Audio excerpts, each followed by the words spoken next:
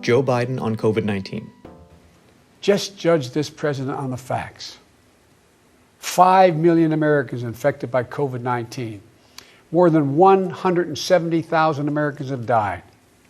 By far the worst performance of any nation on earth. Biden is right that in both coronavirus cases and deaths, the U.S. has the most of any other country.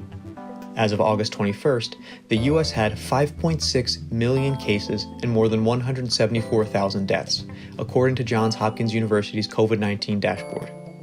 The next worst nation is Brazil, with 3.5 million cases and around 112,000 deaths. But by other metrics, the U.S. does not have the worst record. When population is factored in, other countries have more cumulative COVID-19 cases and deaths per capita, according to Oxford University's Our World in Data for August 20th. While the COVID-19 statistics for the U.S. are certainly grim, and America is by no means leading the world with its superior COVID-19 performance, by a variety of metrics, it is not the worst. Bill Clinton on the U.S. unemployment rate. Our unemployment rate is more than twice as high as South Korea's, 2.5 times the United Kingdom's, more than 3 times Japan's. Donald Trump says we're leading the world. Well, we are the only major industrial economy to have its unemployment rate tripled. It's true that the U.S. jobless rate nearly tripled between January and the most recent month on record. But Clinton's comparison is meaningless. That's because the U.S. counts a laid-off worker as unemployed, even if the layoff is expected to be temporary, while many other countries do not. In July, those on temporary layoff accounted for 56% of all those counted as unemployed in the U.S., according to the Bureau of Labor Statistics.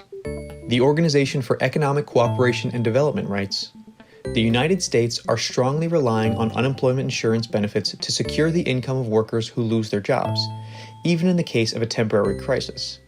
Meanwhile, other OECD countries, not just in Europe, are making heavy use of job retention schemes, which allow companies to cut hours of work, or even halt work entirely, while keeping their workers attached." For example, Clinton said the U.S. rate is 2.5 times the United Kingdom's. That's true. The UK Office of National Statistics lists the unemployment rate as only 3.9%, compared with the US rate of 10.2%. But the UK agency explains why. Workers furloughed under the coronavirus job retention scheme have a reasonable expectation of returning to their jobs after a temporary period of absence. Therefore, they are classified as employed. Hillary Clinton on billionaires during the pandemic. It's wrong that billionaires got $400 billion richer during the pandemic, while millions lost their $600 a week in extra unemployment. The $400 billion figure is misleading. It comes from a study by 2 liberal groups that claimed more than 600 American billionaires had gained $434 billion in net worth during what they erroneously called the first 2 months of the coronavirus pandemic. Actually, the pandemic started much earlier, costing those billionaires plenty.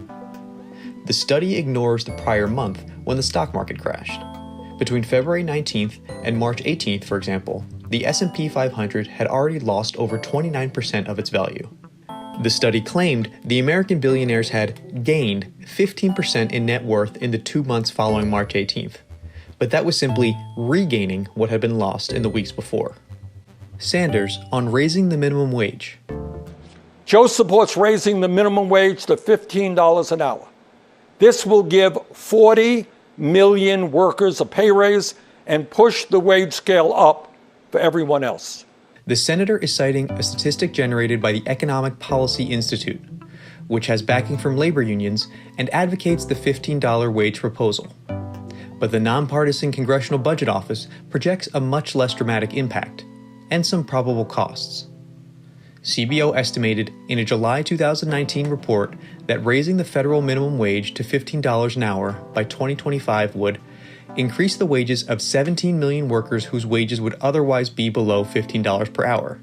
That's 17 million, not 40 million. CBO added, another 10 million workers otherwise earning slightly more than $15 per hour might see their wages rise as well.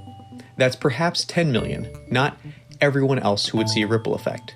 CBO also projected the probability that 1.3 million low-wage jobs would simply be lost, something Sanders ignores. Hilda Solis on overtime pay.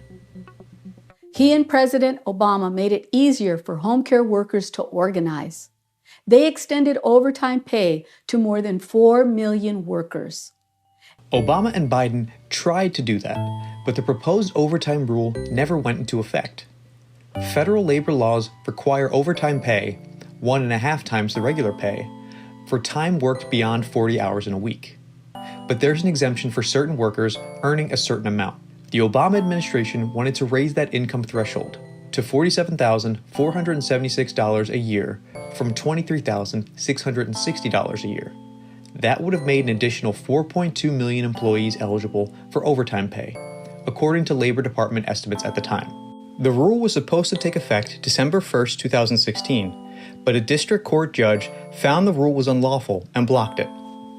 The Trump administration proposed a different rule that took effect on January 1st that was expected to extend overtime pay for 1.3 million workers this year.